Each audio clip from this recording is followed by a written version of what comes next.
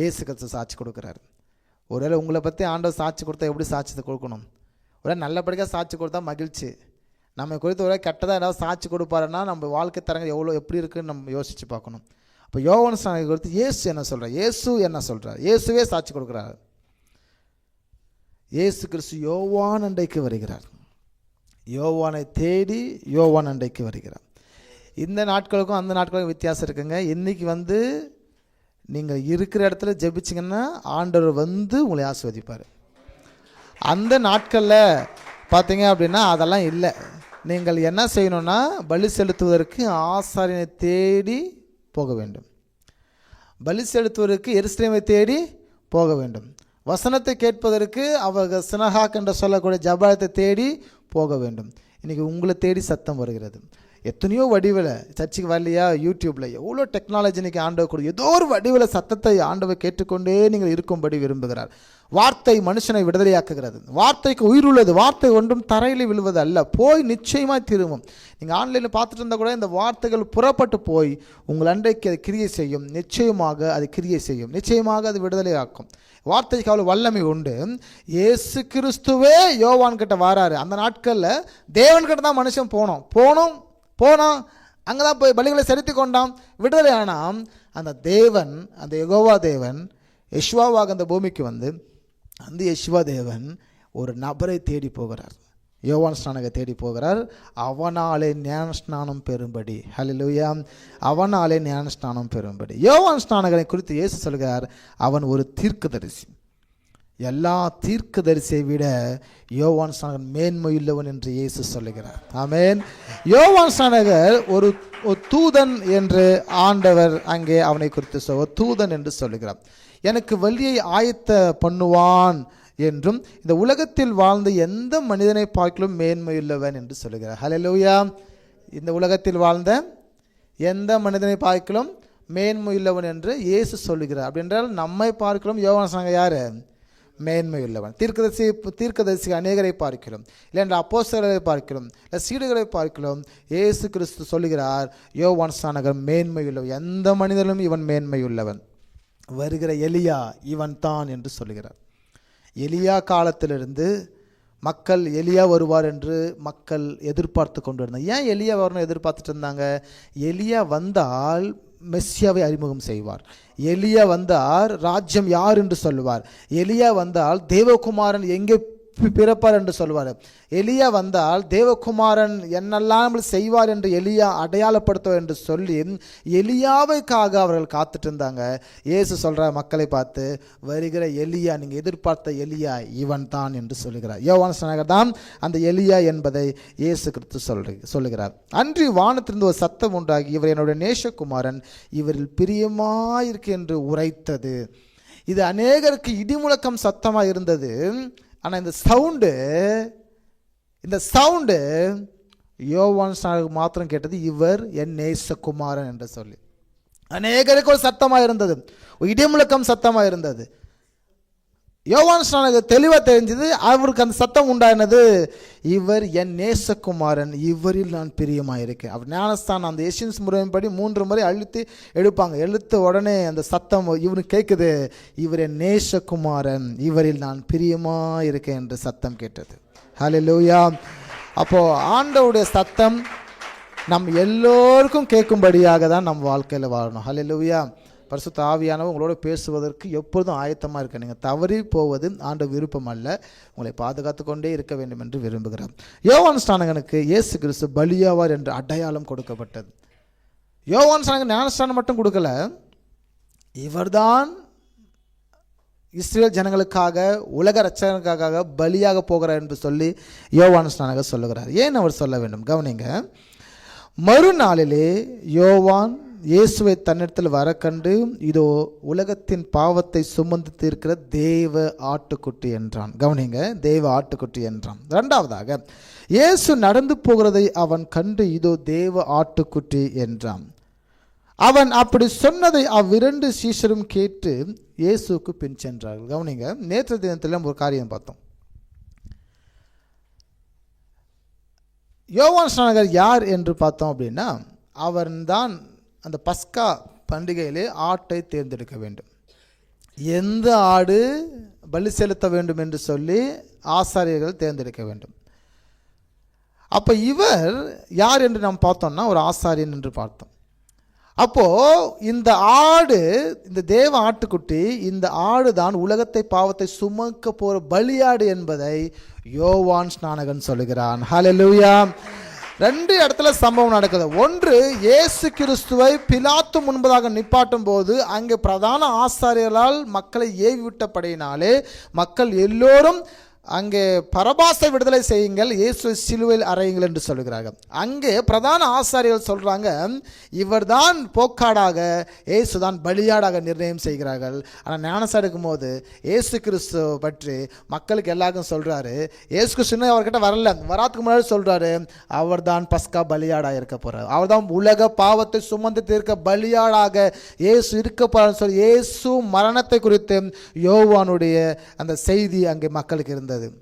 இதோ தேவ ஆட்டுக்குட்டி, அந்த ஆடு தான் பலியாடு, உலகத்தின் பாவத்தை சுமந்து தீர்க்கிற தேவ ஆட்டுக்குட்டி என்று சொன்ன உடனே 2 சீடர்கள் ஏன் இயேசுவை பின் சென்றாங்கன்னா, அவர் பலியாடு, அவர் தான் மரிக்க போகிறார், அவர் தான் தேவன், அவர் தான் மெஸ்ஸியா. ஆமென். அந்திரேயா பிலிப்பும் அவருக்கு பின் சென்று போனார்கள். லாஸ்டாக ஒரு தலைப்பு நம்ம 5 நிமிஷத்தில் முடிச்சிருவோம். யோவான் ஸ்நானகருடைய மரணம். அவர் மரணம் எப்படி இருந்தது என்று உங்களுக்கு எல்லாருக்கும் தெளிவாக தெரியும். அவர் ஊழியத்தை ஆரம்பித்து ஏறக்குறைய ஒரு 6 மாதம் 8 மாதத்துக்குள்ளாக என்ன செய்கிறாங்க அப்படின்னா, அவரை கொன்று போட்டார்கள் என்ற சம்பவம் நம்ம வேதத்தில் படிக்கிறோம். ஓகே, சில வசனத்தை நம்ம எல்லாம் சேர்ந்து வாசிக்க போகிறோம். நீங்கள் எல்லாம் சேர்ந்து வாசிங்க ஸ்கிரீனில். மத்தேயு 14ஆம் அதிகாரம் 3வது வசனத்தை கவனிக்கும்போது எல்லாம் சேர்ந்து வாசிக்கலாங்களா? ஏரோது தன் சகோதரனாகிய பிலிப்புவின் மனைவி ஏரோதியாளின் நிமித்தம் யோவானை பிடித்து கட்டி காவலிலே வைத்திருந்தான். எல்லாம் சேர்ந்து வாசிங்க. அப்படி இருக்க ஏரோதின் ஜென்ம நாள் கொண்டாடப்படுகிற போது ஏரோதியாளின் குமார்த்தி அவர்கள் நடுவே நடனம் பண்ணி ஏரோதை சந்தோஷப்படுத்தினாள். அது நிமித்தம் அவன், நீ எதை கேட்டாலும் தருவேன் என்று அவளுக்கு ஆணையிட்டு வாக்கு கொடுத்தான். அவள் தன் தாயினால் ஏவப்பட்டபடியே யோவான் ஸ்நானகனை தலையை ஒரு தாளந்திலே எனக்கு தாரும் என்று கேட்டாள். ராஜா துக்கமடைந்தான். ஆகிலும் ஆணை நிமித்தமும் பந்தியில் கூட இருந்தவர் நிமித்தமும் அதை கொடுக்க கட்டளையிட்டு ஆள் அனுப்பி காவற்கூடத்திலே யோவானை சிரசேதம் பண்ணுவித்தான். அவனுடைய சிரசை ஒரு தாளந்திலே கொண்டு வந்து சிறு பெண்ணுக்கு கொடுத்தார்கள். அவள் அதை தன் தாயினிடத்தில் கொண்டு போனாள் அப்படின்னு நம்ம பார்த்துட்ருக்குறோம். அவனுடைய சீஷர்கள் உடலை எடுத்து அடக்கம் பண்ணி பின்பு போய் அந்த சங்கதியை இயேசுவுக்கு அறிவித்தார். கவனிங்க, நல்லா கவனிங்க. யோவான் ஸ்நானகர் மரித்த பிற்பாடு அந்த உடலை எடுத்து கொண்டு போய் என்ன செய்கிறாங்கன்னா, அவர்கள் அடக்கம் செய்துவிட்டு பிற்பாடு அவர்கள் போய் இயேசு அண்டைக்கு போய் அவர்கள் சொல்கிறார். அவர் அப்போ நாசரேத்தில் இருக்கிறாரு. நாசரேத்தில் அவர்கிட்ட போயிட்டு சொல்கிறாங்க, இந்த மாதிரி மரித்துட்டார். உடனே இயேசு இங்கே செய்கிறதே பாருங்கள். இயேசு அதை கேட்டு அவ்விடம் விட்டு படவில் ஏறி வனாந்தரமான இடத்திற்கு தனியே போனார். சீடர்களோடு இயேசு கிறிஸ்து இருக்கிறாரு. ஆனால் அவர் ஆண்டவராக இயேசு கிறிஸ்து சீடங்களை விட்டுட்டு இவராகவே தனியாக என்ன செய்கிறாருன்னா, அவர் ஒரு வனாந்தரமான இடத்துக்கு போகிறாரு. ஜனங்கள் அதை கேள்விப்பட்டு பட்டணங்கள்லேருந்து கால்நடையாக நடந்தே அவர் அண்டைக்கு போகிறாங்க. அங்கே போகும்போது என்ன நடக்குதுன்னா, இயேசு திரளான ஜனங்களை கண்டு அவர்கள் மேல் மனதுருகி அவர்கள் வியாதியஸ்தர்களாக இருந்தவர்களை சொஸ்தமாக்கினார். இயேசு அவர்களை நோக்கி, அவர்கள் போக வேண்டுவதில்லை, நீங்களே அவர்களுக்கு போஜனம் கொடுங்கள் என்றார். கவனிங்கப்போ, யூதர்கள் வழக்கத்தின்படி இல்லை நம்முடைய வழக்கத்தின்படி, நம்முடைய இந்திய மக்களோட வழக்கத்தின்படி யாராவது நம்ம வீட்டில் சத்து போயிட்டாங்க அப்படின்னு சொன்னால் சொல்லாமல் போனோம் இல்லைங்களா? சாவுக்கு வர்றவங்க என்ன செய்யக்கூடாதுன்னா, நான் போயிட்டு வரேன் அப்படிலாம் சொல்ல மாட்டாங்க. பார்த்துட்டு அப்படி பண்ணிவிட்டு அப்படியே சொல்லாமல் அந்த வீட்டாக்கு இன்ஃபார்ம் பண்ணாமல் போயிடுவாங்க. இதுதான் நம்ம ஊருடைய வழக்கம். ஆனால் யூதருக்கு வழக்கம் அப்படி கிடையாது. ஒருத்தர் சாவுக்கு போகிறாங்கன்னா அவர்களை அவங்க போகும்போது அவங்க நல்லா உட்கார வைத்து சாப்பாடு கொடுத்து அவர்களை வழி அனுப்பி வைப்பது யூதர்களுடைய வழக்கம். யாரெல்லாம் சாவுக்கு வராங்களோ சாவு முடிஞ்சு அந்த பிணத்தை எடுத்து அடக்கம் செய்த பிற்பாடு அவங்க எல்லாரையும் வர வைத்து கூப்பிட்டு எல்லாம் உட்கார வைத்து நல்ல உணவு கொடுத்து எல்லாம் விசாரணை செய்து அதுக்கு பிற்பாடு எல்லாரையும் அவர்கள் வீட்டுக்கு அனுப்புவது என்பது இவர்கள் வழக்கமாக இருந்தது. எனவே யோவான் ஸ்நானகர் மரணத்தை இயேசு கிறிஸ்து தன் வீட்டில் ஒரு நபராக இருந்தபடினாலே வந்த எல்லா மக்களுக்கும் அந்த நாளிலே அவர் உணவை கொடுத்தார். கவனிங்க, இப்போ உணவை கொடுத்தது மட்டுமல்ல, 14ஆம் வசனம் வாசிக்கும், இங்கே எங்களிடத்தில் 5 அப்பமும் 2 மீன்களும் உண்டு. ஓகே, அங்கே சொல்கிறார், அப்பொழுது அவர் ஜனங்களை புல்லின் மேல் பந்தி இருக்க கட்டளையிட்டு, யூதோடைய வீட்டுக்கு சாவுக்கு வந்தீங்கன்னா உட்கார வைத்து அந்த அவர் கையில் இருக்கிற அப்பத்தையும் மீனையும் ஆசீர்வதித்து பிட்டு சீடர்களுக்கு கொடுங்கள், ஜனங்களுக்கு கொடுங்கள் என்று சீடர்களுக்கு பார்த்து அவர் கட்டளையிட்ட எல்லா ஜனங்களும் அவர்கள் வயிறு புசித்து விட்ட பிற்பாடு என்ன நடக்குதுன்னு பார்த்தீங்கன்னா, இயேசு ஜனங்களை அனுப்பி விடுகையில், எப்போ சாயங்காலம் வேளையிலே இயேசு ஜனங்களை அனுப்பி விடுகையிலும் அது மட்டும் இல்லாமல் தம்முடைய சீசர்கள் படவில் ஏறி தமக்கு முன்னே அக்கறைக்கு போகும்போது துரித ஆயத்தப்படுத்துகிறார். நான் மட்டும் இல்லை, என் வீட்டில் ஒரு துக்க செய்தி,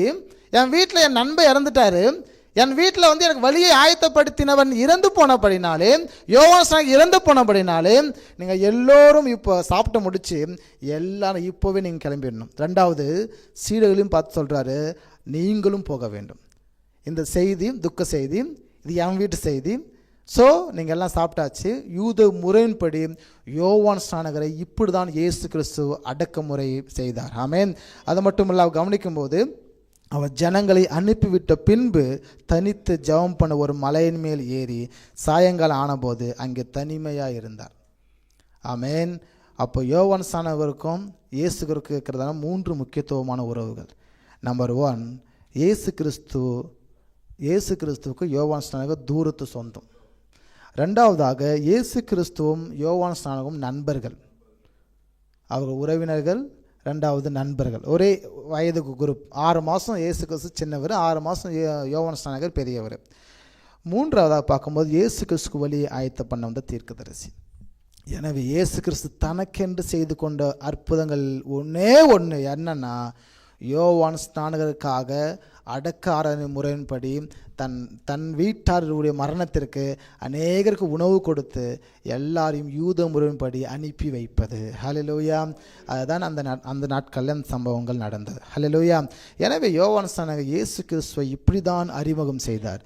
எனவே யோவான் ஸ்நானகர் மக்களுக்காக, தேவனுக்காக, ராஜ்யத்திற்காக அநேக காரியங்களை அவர் செய்து அநேகமாய் அவர் சாதித்தார். ஏன்னா அதுபோல தான் நீங்களும் உங்கள் வாழ்க்கையிலும் அநேகமாய் அவரை சாதித்து அநேக காரியங்கள் கர்த்தருக்காக வாழ்ந்து கர்த்தருக்கு வழியை ஆயத்தப்படுத்த, மக்களை இயேசுக்குள்ளாக நடத்த, மக்களை விடுதலையாக்க ஆண்டவங்களுக்கு பொறுப்புகளை கொடுத்திருக்கிறார். ஹல்லேலூயா. ஆமென். நம்ம ஜெபிக்கலாங்களா? எல்லாமே அப்படியே இருந்து நின்று